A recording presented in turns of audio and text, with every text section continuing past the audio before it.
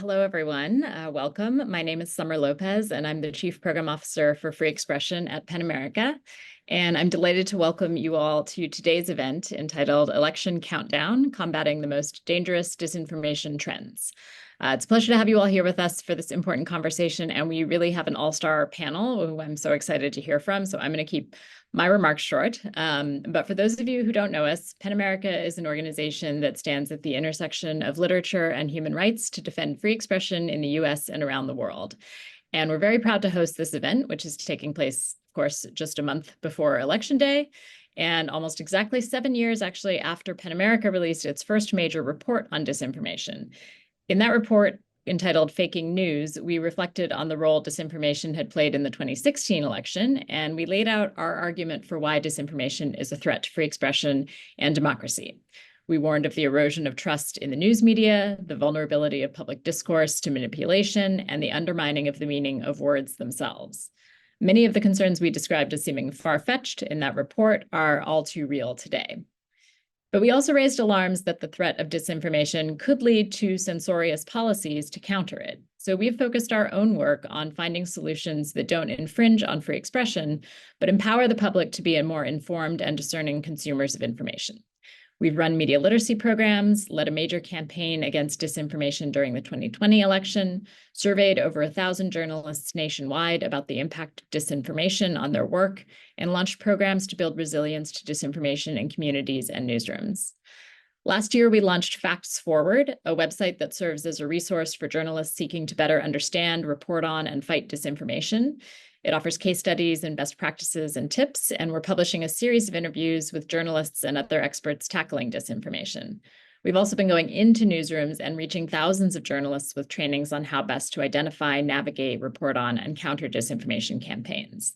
And we're convening local journalists and community members to help rebuild trust and communication, and piloting a series of first-of-their-kind local programs in 3 Sunbelt metro areas where we train trusted messengers and support them to engage with their neighbors to counter disinformation and build community resilience.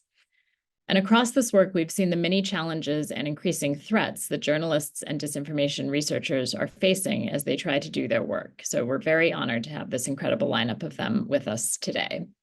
I also want to thank our funder, the Quadrivium Foundation, for making this work possible. And offer a few quick housekeeping notes. The session is being recorded and will be sent out to attendees later. And we'll leave the final 10 minutes of this for Q&A, so you can feel free to drop questions to our panel in the chat. Now, let me introduce our moderator, Nina Jankowicz.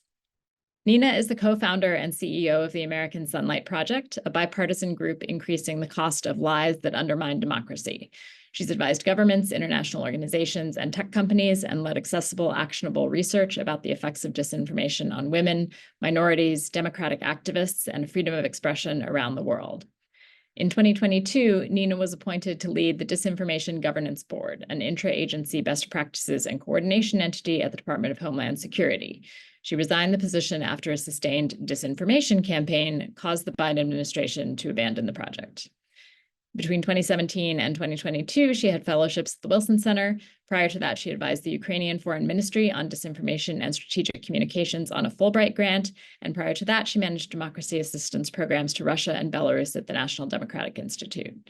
Her debut book, How to Lose the Information War, was named a New Statesman 2020 Book of the Year, and her second book, How to Be a Woman Online, an examination of online abuse and disinformation and tips for fighting back, was deemed essential by Publishers Weekly. So I truly can't imagine a better moderator for this conversation, and I will hand it over to you, Nina. Thank you. Thank you. Thanks so much, Summer, and thanks to the organizers at PEN America. Your work has been truly groundbreaking over the years. I remember the Faking News report. I've followed all the work since then. And one other thing that I want to highlight for any journalists that might be watching is the resources that you all have on your website for those that are under attack. I think it is truly one of the most comprehensive guides to anybody who is facing online abuse and harassment. And it's one of the resources that I point to in my book as well. So just want to kind of foot stomp that for everyone here. I am so excited about this panel today. We've got truly an all-star lineup, and I'm going to briefly introduce them. Not going to read their bios in every detail, so I encourage you to look them up, follow them on social media. But let me quickly give you the round robin here. We've got Roberta Braga from the Digital Democracy Institute of the Americas, where she is founder and executive director. DDIA is an NGO dedicated to strengthening a healthy internet for Latinos in the US and Latin America. They have been doing incredibly groundbreaking research on what the Latino electorate is responding to, what the problems are with disinformation targeting this community. And I know Roberta's going to tell us all about that. Prior to founding DDIA, she was the director for counter disinformation strategies at EQUIS, which was is a set of organizations working to better understand the Latino electorate in the US. And she was also deputy director for programs and outreach at the Atlantic Council's Adrienne Arsht Latin America Center. Roberta is amazing. I've had the pleasure of working alongside her for a couple of years, and I'm thrilled she's here today. We also have Tiffany Hsu, who is a New York Times reporter writing about the quality of information and the many threats against shared facts. If you have read a disinformation story in the New York Times over the past couple of years, Tiffany's byline was probably on it. She writes about the defense against such material, the efficacy of fact-checking, content moderation, media literacy, and AI detection tools. And she's been a journalist for more than 2 decades, covering media and a number of other beats. She was also at the LA Times for a number of years as a business reporter before she was at the New York Times. It's great to have you, Tiffany. We have Brett Neely, the supervising editor of NPR's Gangbusters Disinformation team. I have had the pleasure of working with them many times over the years, and I just want to also underline the importance of public media in today's environment, the fact that NPR reaches so many news deserts across our country. Brett's team is bringing really important stories to them. Before he was the supervising editor of the disinformation reporting team, Brett led coverage of voting rights and election security during the 2016 and 2020 elections, so he's no stranger to difficult, nuanced, complex beats. And before that, he worked for Minnesota Public Radio and Marketplace and spent time working as a freelance reporter in Berlin. Welcome, Brett. And last but not least, Samuel Woolley is a writer, researcher, and professor whose work focuses on how new media tools get used for both freedom and control. His most recent book, which you should all look up and buy, is called Manufacturing Consensus: Understanding Propaganda in the Age of Automation and Anonymity. Woolley is an associate professor in the Department of Communication at University of Pittsburgh, and his work has appeared in numerous academic journals, as well as many mainstream media outlets, including The Times, The Post, The Journal, and on Today, 60 Minutes, and Frontline. So as you can see, we are well served by this wonderful panel. I'm hoping that this can be a really, loose discussion here. I don't want to keep it too regimented. I encourage everyone to kind of jump in with their ideas. And as Summer noted, we're going to have some Q&A time set aside at the end. So I am going to stop talking now. I want to start with the big picture. We'll do a little round robin. I would love to hear 1 or 2 of the most dangerous trends in disinformation that we're seeing this year ahead of the election. I think there tends to be kind of a conception that disinformation has stayed kind of the same since 2016. As I think we probably all agree, that couldn't be more different. So I'm going to do the order that you're in my screen. I'm going to start with Brett, who's in my upper left-hand corner. Go ahead, Brett, take us away. It's like pollution, and we're on like a heavy smog alert cycle, as a former Southern California resident. The fact that even something as preposterous as, the claims around immigrants in Ohio eating pets, took like sustained debunking. And, even then, you never saw anyone like withdrawing their claims. It just kind of moved on. It is, I think, a sense of that the filter bubbles are getting stronger and stronger in a way, and sort of the ability to reach people with accurate information that's been vetted. It feels very frustrating. It feels very fraught. Whether that's significantly worse or different between now and 2020, it's a little hard to say, but it does really feel like we're in an informational crisis. So that's my big picture. Yeah, absolutely. I feel that it's like every fact check is a drop in the ocean when you're fighting against this much of a deluge of disinformation. Tiffany, I'm wondering from your seat at the Times, what are the trends that you're looking at? There are two things we're watching pretty closely, especially in the next month. The first is the kind of increasing sophistication of foreign disinformation efforts. So these are like influence operatives from, the places like Russia, China, Iran. They're usually the main culprits. But, in addition to using kind of the brute force methods that they've used in the past, so like sock puppet campaigns, that sort of thing, they seem to be getting smarter about what they're doing. They're using more AI, they're using more localized techniques. You had the whole like tenant media kerfuffle involving right-wing American commentators that were on their payroll from Russia. You've got China that's increasingly tapping technological advances to kind of push their propaganda. You've got Iran, which is hacking into presidential campaigns or attempting to. So all of that is very interesting because what happens is you might be talking to your neighbor and they may say something that is clearly a false narrative, but what the average American might not realize is that they're getting that from a foreign source potentially. It might not be something that is coming from someone they heard on a local radio station that was initiated by that radio host. It could be something that is coming from abroad. So that sort of interplay is something we're watching. And then the second thing that really concerns me is what's happening with the platforms, right? There's increasing disinterest in content moderation. That's a mix of fatigue because they're getting criticized from really both sides of the political spectrum for what they've managed to do and not do on the content moderation front. But there's also just a sense of, and several people on this panel have experienced this firsthand, there's been a lot of pushback and aggression from the platforms and their allies against people who want transparency into what's going on, right? A lot of lawsuits, a lot of threats, a lot of the disappearance of API access. It's very concerning because without transparency, without comprehension of what's driving changes in the quality of discourse, we can't adapt these platforms for the better.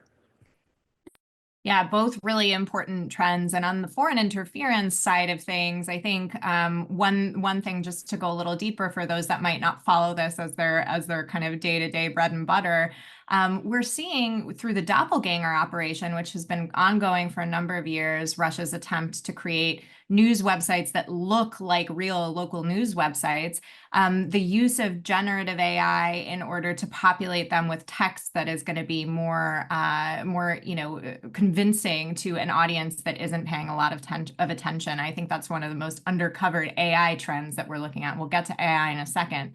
Sam, over to you. What are you worried about? What are the two most disinformation or dangerous disinformation trends we're seeing this year?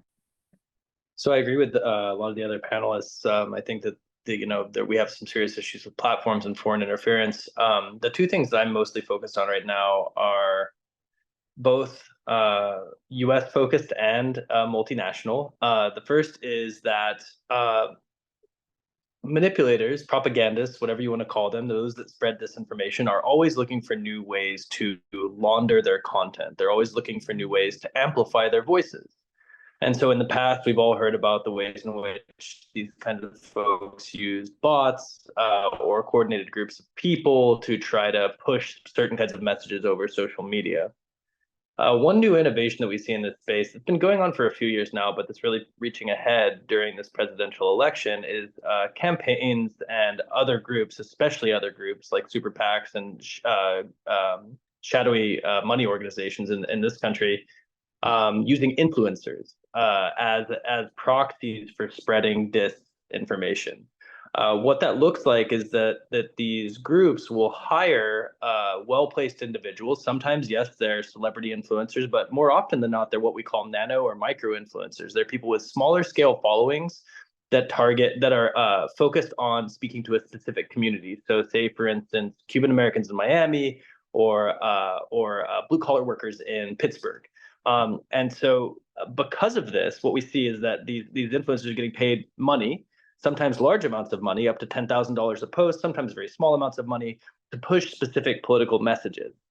The problem is these folks are the bread and butter for platforms. They make platforms a lot of money. They have the other problem is that they have a lot of trust amongst the communities that they're speaking to. And so not only do platforms not want to get rid of them or to hold them accountable, but also these people are very potent messengers when it comes to spreading this kind of content. The FEC has passed the buck back in December about doing anything on this. You all know that they make it so that you have to see commercial tags for when an influencer tries to sell you something, like when they're advertising for McDonald's or Pepperidge Farms. But the same is not true in politics in this country for some strange reason, and we need to move on that. The second thing, and I'll keep this one brief, is I have a book coming out next year, which is called Encrypted Propaganda, which focuses on how encrypted messaging apps are increasingly spaces where disinformation actors are coordinating to use the same sorts of relational tactics they sort of use through influencers to manipulate public opinion in spaces that we previously thought were less penetrable by these kinds of campaigns. So looking to places like India and Brazil, you can see that really in action right now. Well, I think you've set Roberta up really nicely to talk about some of the work that she's doing. I was going to save this for a little bit later, but Roberta, I think there's probably some overlap between the dangerous trends that you're seeing and some of the work that DDIA is doing with closed groups and encrypted messengers. So over to you.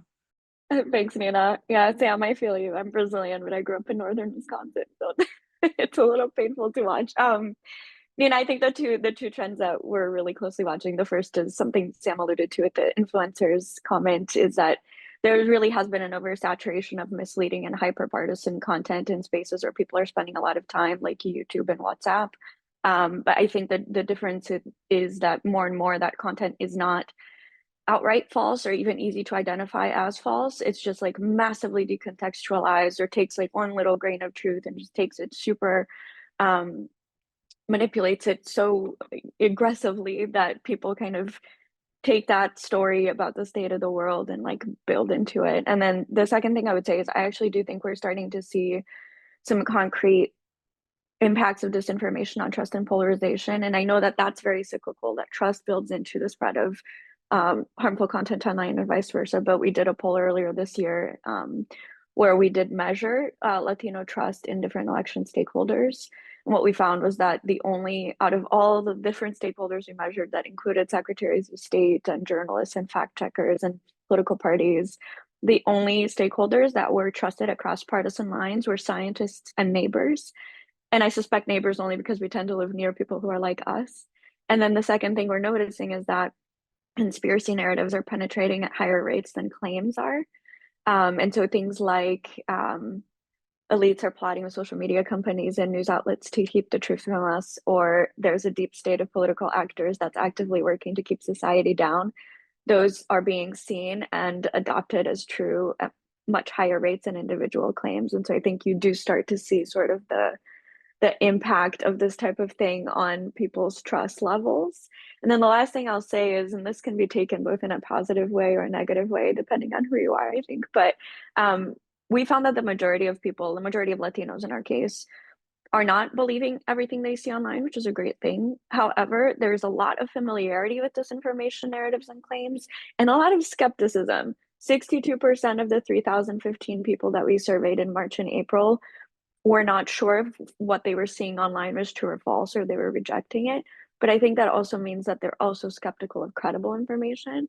And so that's something that I think we should definitely keep an eye on in the coming years. Absolutely. And we've seen that trend come up from candidates themselves as well. This idea of the liar's dividend, the folks who are able to benefit from the skepticism that technologies like artificial intelligence have engendered in our populations. We've seen Donald Trump use that to cast doubt on Kamala Harris's crowd sizes. And then most recently with the scandal with the North Carolina gubernatorial candidate who claimed that his distasteful posts on pornographic forums were actually AI generated. We can just leave those facts there and let the audience decide what to do with them. But let's stay on the AI topic. So Sam, you brought up, first of all, thank you for bringing up the fact that the FEC has no rules around influencers and political relationships that they may or may not have. I was reminded of that, of course, when the Tenet Media story broke a couple of weeks ago. But we also don't have any AI rules on the books at the federal level for particularly pertaining to elections, and but also more broadly, we've got, the executive order, but that of course didn't touch any of these things. I know that you've been doing some work on artificial intelligence and concerns about generative AI and whether or not they are overblown. Can you talk us through that? And then we'll open it up to the rest of the panel for their thoughts. Sam? Sure. Thanks, Nina. So look, there's a spate of articles that have come out recently that are saying sort of things like the fear about the impact of generative AI upon politics and upon elections is overblown. Those are sort of a backlash against all the other op-eds that everyone else has seen, and the book from Yuval Noah Harari that said things like, AI is the worst new thing that we have to deal with. Some people compared it to nuclear weapons. I think maybe that was Harari or some other folks, right? And so I understand where these arguments are occurring. I understand also, like, the FEC's reluctance to wade into this space, but it doesn't mean that I'm not frustrated by it. I am deeply frustrated by it, and I think it's the wrong move. I think that the FEC, first of all, has made mistakes about dealing with political communication on the internet since the early 2000s. They basically made decisions not to clamp down on people's political campaigns' email habits and their other uses of the internet back then, and they haven't really acted since. And that is a massive failure on the FEC's part, because the internet and the online world is functionally where, if not most political communication happens, then a large proportion of political communications in the US and elsewhere happens during elections and other events, including crises. And then to the point about whether or not AI is actually having an impact, well, I think that it's important for people to take a step back and understand that a lot of the articles that are getting written right now, the op-eds and the hot takes, are, first of all, deliberately provocative. So they're in response to the spate of everyone sort of, yes, in some ways, running around like Chicken Little and saying that the sky was falling. But also they're occurring in an academic environment, which is important to unpack a little bit. Many of the people who are saying that AI did not have an impact upon elections, take, for instance, people who have said that about the recent elections across the EU, are saying that due to analysis that is based upon limited data. Remember, social media companies don't give us that much access to data anymore. CrowdTangle, which was Facebook's tool for allowing that access, is now gone. Twitter's no longer really functionally accessible in a way that is easy for academics. It's extremely expensive. And it's not clear, how or where or what kind of data, where that data is coming from or what kind of data we're getting. And so the data is limited. Oftentimes, the discussions that are happening about this are experimental in nature. So they're happening in a closed system that is not like the real world. So it's fine and well for political scientists or social scientists more broadly to say AI has no impact upon elections in our experiment that we did on a closed system with 200 people who we think looked similar to the rest of the population in these countries. But my perspective on propaganda and disinformation is that propaganda and disinformation are a sociological phenomena. They're socio-technical phenomena. They're always around us. And it's very difficult to recreate what we experience in day-to-day life and what we experience online in a controlled experiment or even through controlled data analysis. And so my perspective is that people take these articles with a pinch of salt, that we should work to be more balanced, that we should think about, yes, there's some overblowing of this. Yes, there's some pessimism, which is also itself overblown. And remember what Meredith Whittaker, who formerly led, a lot of work on AI at Google and then her own nonprofit on this topic and is now the head of Signal. What Meredith Whittaker has said is that AI pessimism can do as much damage as AI hype. And so, we need to try to be more measured. It's less sexy, it's less interesting for an op-ed, but ultimately, people like us here on this call, and not just the experts on the call, but also everyone else, are here for a reason. And that's because we believe probably that disinformation has an impact. Go ask any member of a marginalized community in this country. Go ask, female journalists in particular. Ask anyone that's in a swing state if disinformation has an impact upon their community, upon their experience of an election. And I think you'll hear something pretty clear. Thanks. If I could just yeah, jump go ahead. in. I wanted to snap a little bit for Sam because I thought Yeah. that was very, very nicely done and all of the nuances there. Brett, over to It's you. much more cogent and nuanced. But I would also just say, every major technological communications advance, often sort of helps unleash some level of like political and societal instability, going back to like the printing press. And sometimes it takes a long time to understand how that happens. And I think that, with AI in particular, because it is like first sort of wrapped up in the digital transformation that we have had over the past 30 years, and then, there has been social media on top of that, which really lowered the cost of publishing almost to zero. And then on top of that, now we have this technology that lets you, almost frictionlessly create, images and text. This is going to take a long time to understand. And that's really just the point I want to make, is that, it took a long time for all of the sort of instability of being able to like print your own version of the Bible, and like all of the conflicts that came from that. And I'm obviously like massively oversimplifying the history of the Reformation, but I just think that's like just an important point. We're like, in year 3 of something that is likely going to take us as a society 30 to 50 years to digest. If I could jump in, I think a lot of the conversation about AI and the question of how dangerous it actually is in a disinformation sense has been focused on how convincing the technology can be, right? Like how often is an AI generated image going to dupe someone into thinking it's true? And so this is where you get a lot of the concern about the patchwork legislation, especially across states, and how it's going to keep up with the technology and the kind of the suspect success of like deepfake detection technologies. I think that's all a valid conversation. But if you look at the examples that showed up recently with the Haitian pet eating narrative, I think there's another side to it that hasn't been examined as thoroughly, and that goes back to what Sam was talking about, this idea that a lot of the reactions to new technologies like AI is emotional, right? So even if you're seeing influencers like Donald Trump or Elon Musk posting these images of clearly AI generated, like cats and dogs, like one under each arm, and they're very obviously fake, right? I don't think any person with any kind of technological sophistication would think that's a real photo. But the fact that you're seeing so many images like that percolate so quickly through the system and spread so vastly creates the sense that this is a topic we can make fun of, right? This is a topic we can treat lightheartedly. We don't have to take this especially seriously. And what that does is it damages kind of trust in the information ecosystem, as Roberta talked about. And it also makes the kind of underlying message that what's happening in these communities, the targeting of these immigrants is a laughing matter.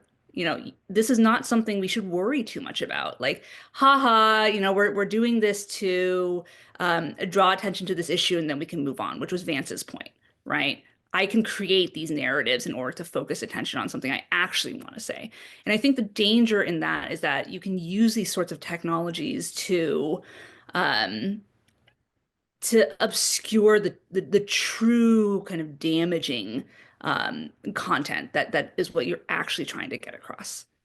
Nina, can I add one really quick thing to that? I totally agree with Tiffany, and I would actually say, one piece of AI generated content is not going to change how a person votes, and it's not going to completely change their mind about any specific issue they're not already like fully engaging with based on values and identities. And so I think just like disinformation, but what could happen, and based on our research, we see that the people who do see and tend to believe disinformation and misinformation more often are the people who show really high levels of interest in politics. They're conspiratorial in nature already, and they're choosing to consume very hyperpartisan news and information.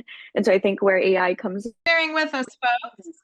A little bit of a technical difficulty. Those still happen in Zoom land. So we're just going to give folks a couple of minutes to circle back in.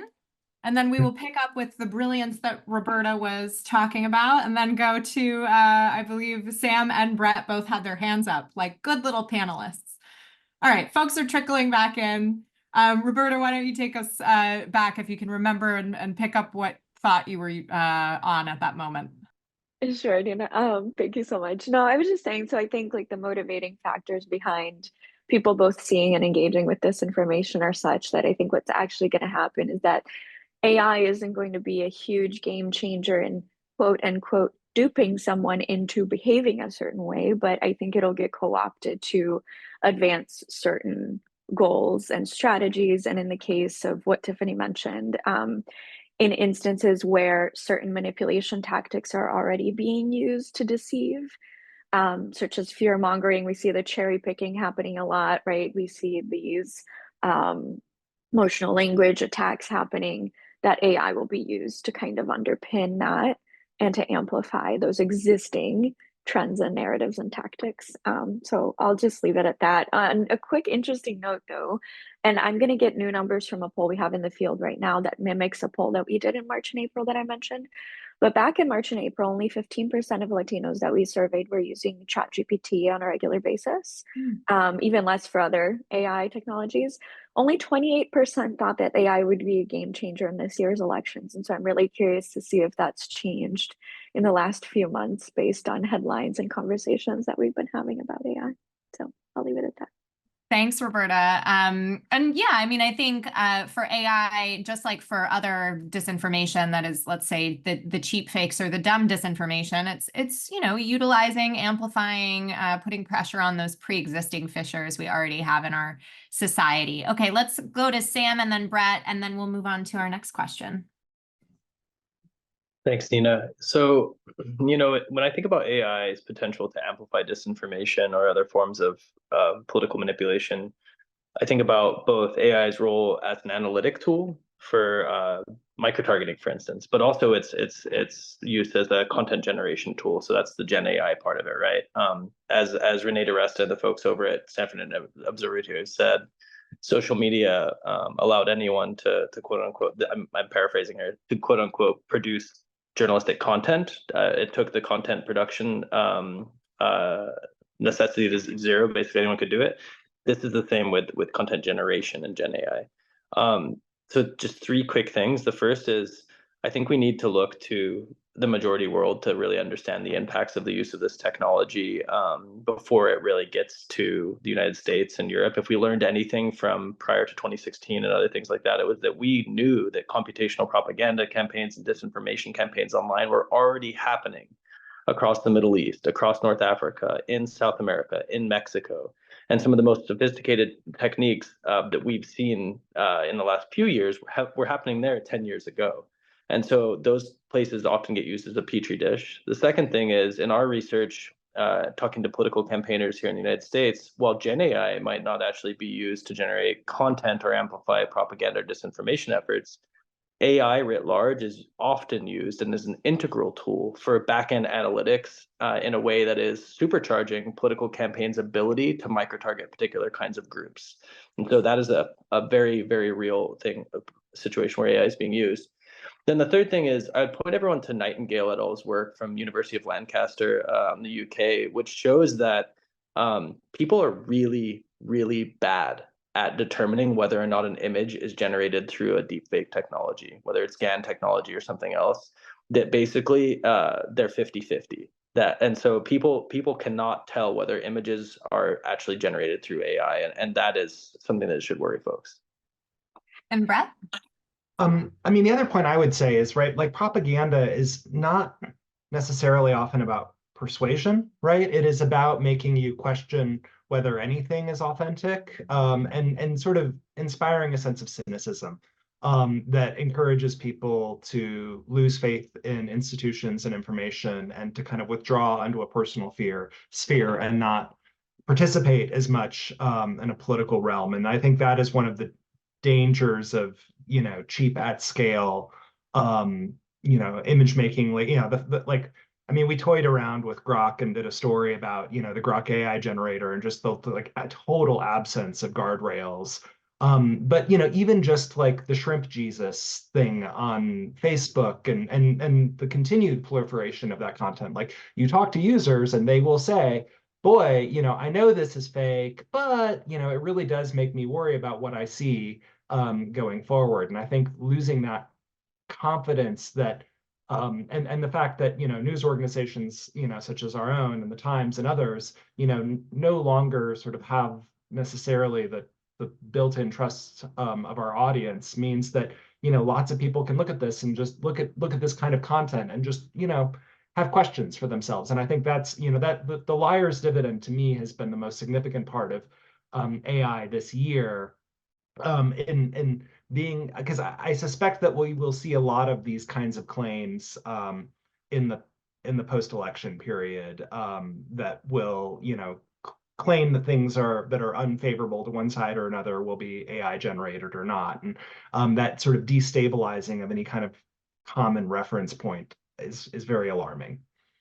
Nina, can I just pick up on an elite's Sure. comment that Brett made, not AI related, but I just wanted to say that I think when it comes, we talk a lot about minority communities in the space, and we're representing Latinos and Latin Americans, and also like connecting dots between what's happening here and in Latin America and the Caribbean. And we're already seeing a lot of skepticism and distrust in elites and institutions, whether you're looking at this from the global control narrative, which in Spanish is huge, very cross-border. We've talked to the United Nations and Chile about this problem, right? It's everywhere. Or whether you see it in the types of narratives that people engage with. For us, the most widely penetrated narrative that we saw was that corporations are all powerful in US politics and that voters don't have room to make a difference. It was like 57% of people had seen it and 50% believed that was true of the 57%. And so I think that that's one unique thing we should keep in mind when we're talking about minority communities.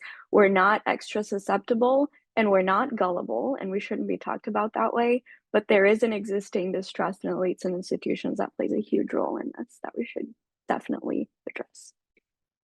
Thanks, everyone. I think that was the most nuanced discussion of artificial intelligence I have heard since the technology became more accessible to the general population. So thank you for that.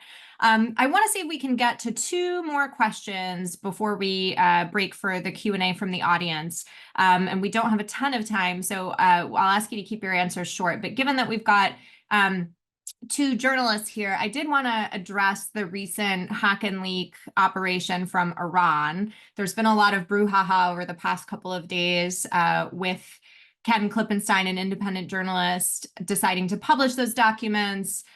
Many people, complaining that mainstream media decided not to do it. Also, reacting to social media companies' decision to suppress links that Klippenstein and others had shared. I was wondering, just for transparency's sake, and also to pull back the curtain a little bit, which I think is important for building trust, if Brett and Tiffany can walk us through your newsroom's policies on hacked documents and whether or not you decide to publish and go forward with stories relating to them. Who would like to start with that? I know, kind of thorny question. I mean, I can jump in and just say I unfortunately have not looked too closely into what happened with Ken. I kind of heard about it. And I personally haven't dealt too much with hacked documents in particular. So this is not to evade the question, but I actually don't really know the answer to how we specifically handle it, other than carefully. That's all I personally know. So I'm not Okay. to say more. Brett? Yeah, I mean, I do feel like our profession did learn some lessons from 2016. I did actually have a short conversation with our standards editor, who said that, he did not he did not believe that we would or should publish anything that came out of out of a hack and leak operation from a foreign power. But wanted to leave the space open that there may be instances where we do need to address it in some way or do some reporting on it. So I think it's difficult. I do think that news organizations in general, just because we are in an environment of so little trust and declining trust, that we are going to need to do more work around explaining our policies inside our stories. And we're going to need to do it over and over and over again. And that one of the ways that we may regain trust is to be showing how and why we differ in our news gathering. And I think that's kind of a cultural shift. Like, we're used to using a lot of shorthand in how we explain our decisions. And I think we actually need to explain them very explicitly. So, one of the discussions I've been having with our standards editor is should we just write a statement about what we think about hack and leaks? Except the problem with that is, of course, you don't want to tie yourself to the mast. And who knows? And who knows? What if there is real, authentic, video that comes out of a leak of Tim Walz saying actually he really truly hates the University of Minnesota football team. What do you do in that instance? Yes, maybe it came from a foreign power. Is it newsworthy or not? Obviously, I'm jesting with my example, but yeah, I don't know. It's still tough, but I do think that we need to explain more, and I think we need to explain more in advance, and I think we need to explain more for the audience every single time. Yeah, Sure, seconded. I will say very, very generally, not related specifically to hack and leaks because I haven't dealt with them personally, but I often say that I end up spending more time fact checking and bulletproofing my stories than I do reporting them. Just because what I and my team have to put out there gets scrutinized in such a way that we need to be able to back up literally every word that goes into a story, right? Down to how we're describing whether or not something is a false narrative or conspiracy theory or a misleading rumor. So I think just taking very, very great care in how we're expressing what we know and what we don't know is a big part of it. But I absolutely second what Brett is saying about this question of maybe being just more transparent about it to readers, because I think a lot of journalists assume that readers or audience members understand how we're producing a final piece of content when that's probably not the case. Absolutely. And I think pulling back that curtain, goes a long way to rebuilding trust between media and readers or viewers or listeners in NPR's case. I think let's switch to some audience questions before we do a round of rapid fire, something keeping you up at night and something that you feel positive about in this space, if there is something. I wanted to start with a question on AI, since that was such a robust area of our discussion. Is anybody you know of using AI particularly effectively to identify and counter disinformation? The questioner points out Sam in this answer, but Sam, if you don't want to answer, feel free to pass to someone else, asking, is this a promising horizon? I know there was a study recently that showed the use of AI chatbots in de-radicalization and pushing back against misinformative beliefs, but anybody have anything to add there that they want to talk through?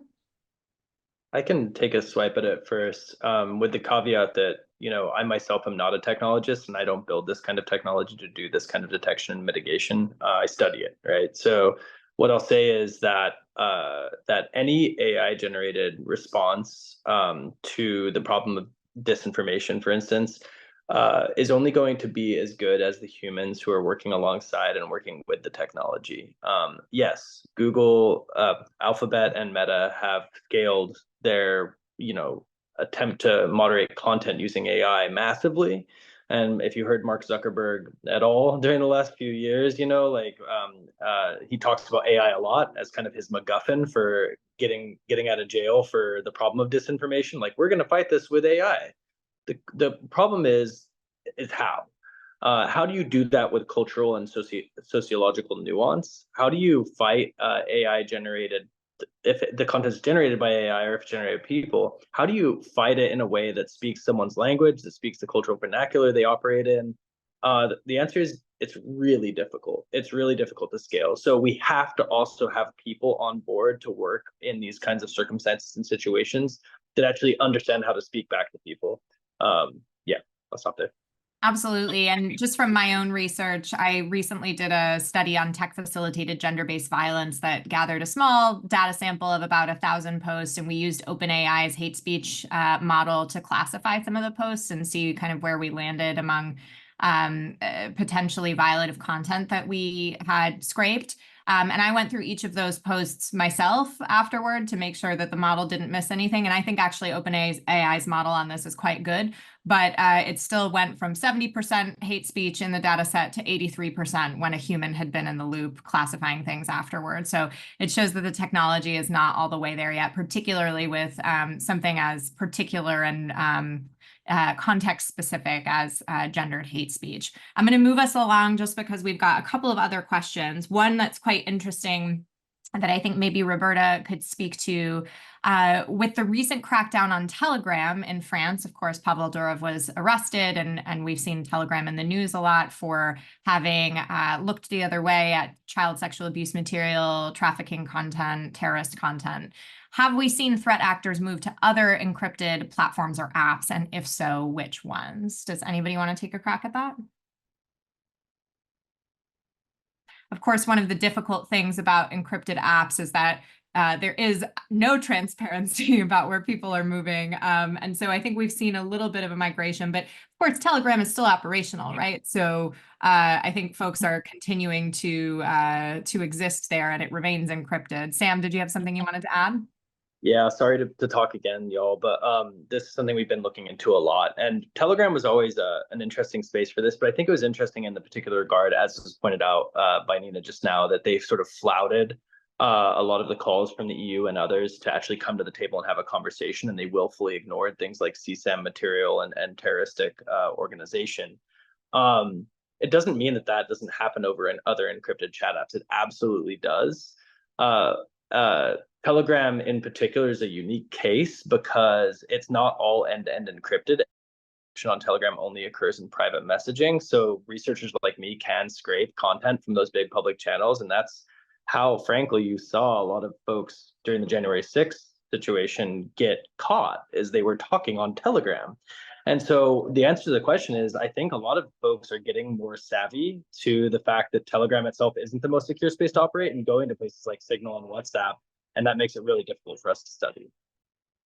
You know, one quick thing on that. I don't know if this is an answer, it's a non-answer in a way, but like, yes, we can't track like movements explicitly, right? But I think also nowadays where most people are just in multiple places at once. And so there's not necessarily this like one-way migration thing that's just happening. I think the way we communicate in the different platforms just changes and adapts. We are tracking, we have a partnership with a company out of Brazil that allows us to monitor 1,300 public WhatsApp groups of Latinos, and they all use Spanish and Portuguese as a primary language. All of them 30% US based phone numbers at least. So we know that there are Latinos in the US and in Latin America having those conversations. And it's anonymous. So these are groups that have shared links online. And so the tool brings them in, and we're able to see like images and audio that are circulating text, but not any one's phone number, just the first area codes and things like that.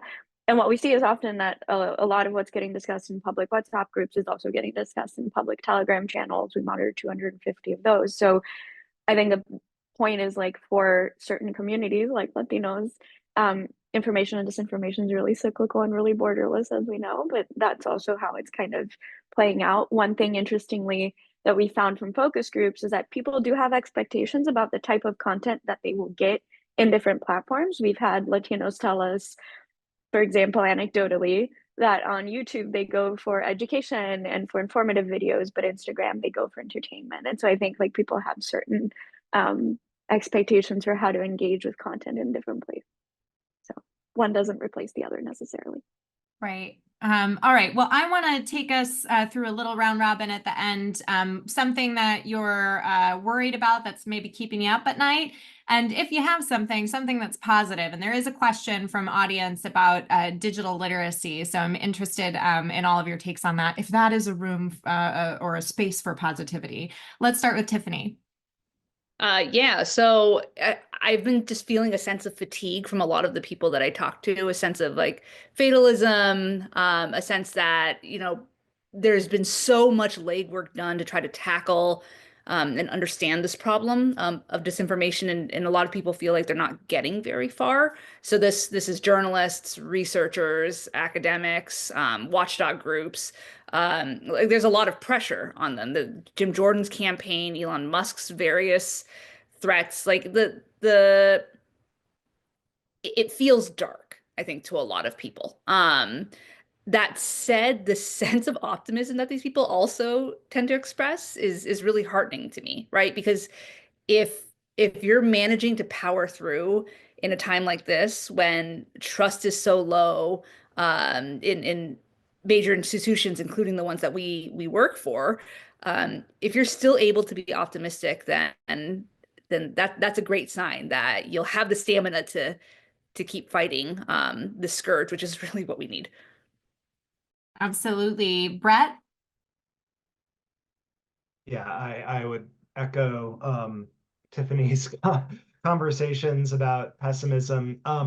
I would say, media literacy is a space where I have a lot of optimism. We are trying at NPR to kind of build it into our stories regularly, to kind of make a point in the story that hopefully sticks with people that's larger.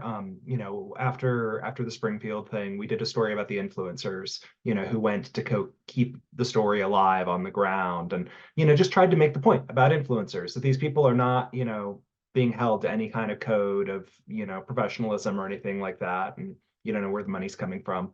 We actually just published yesterday a guide to like having a conversation with like a friend or a family member who might believe something that is not true. We aren't framing that as like how to deprogram someone, but really just about how to like have a tough factual conversation. And we're moving into short form video also very much to do that kind of work. One of my favorite stories that I edited earlier this year was with one of our station colleagues in Seattle, where the University of Washington, and all of us in the research and journalism world are aware of the University of Washington's really excellent work in this space.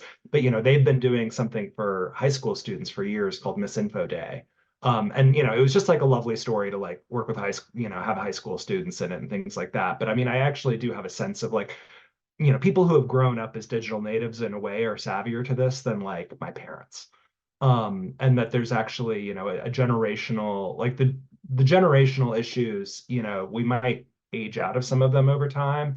Not to say like we'll still have deep, political divides and deep trust and institutional divides to overcome, but I do have some hope about younger people, but maybe that's just because they haven't, they're not old enough to see what we see. Absolutely. And I've for a long time said that we need to focus information literacy efforts on probably millennials and up rather than Gen Z and below. Roberta, and then over to Sam to take us home. Sure. So the positive thing is, I think that research has shown, honestly, all interventions that we talk about usually for countering disinformation work. Everything from debunking to media literacy. It's just that we need to do more research to figure out who they work for based on who the people are, the psychological, the social, the media consumption drivers of engagement. And I don't think that we've spent enough time doing that, the subgroup analysis work. And so I think that's a way to go. Along with that, we need to look to, and I'm biased because I'm from Latin America, but to other regions for innovation. There are really incredible things being done in Brazil, Colombia, to build resilience against online harms that we never think to replicate in the US context, for example, that we could, and DDIA hopes to do that next year a lot more with partners there. And so I do think this is not an impossible set of problems to address, and there are actually a lot of great things being done in the world. And then on the negative, and I hate to end it on that, but it's related, I do think there's still a lot of fetishization of minority communities happening in our spaces and discussions like this. And I just, Latinos are not monolithic. And in the US, I'm a Latina. In Brazil, I'm white. I'm from Syria. I'm from Italy and Portugal. Like, people have such different lived experiences. We're multilingual. There's just so much at play that we really can't be categorizing people in a monolithic way when we're talking about targeting and solutions. And so I think for me, I do hope that we can move into more nuanced discussions about minority communities everywhere in the world. But I do think we're getting there. We've made a lot of progress since 2020, at least. Thank you, Roberta. Yeah, and we're lucky to have an institution like DDIA with you leading it for informing all of us about these things. And last but not least, over to Sam. Thanks so much, Nina. This has been a real pleasure. The thing that keeps me up at night is that we'll continue to see a race to the bottom by social media platforms in terms of responding to this issue. We were seeing a lot of action in the space, then suddenly we've been seeing a lot of inaction and actually willful negligence, led by some folks that I'm sure I don't need to mention.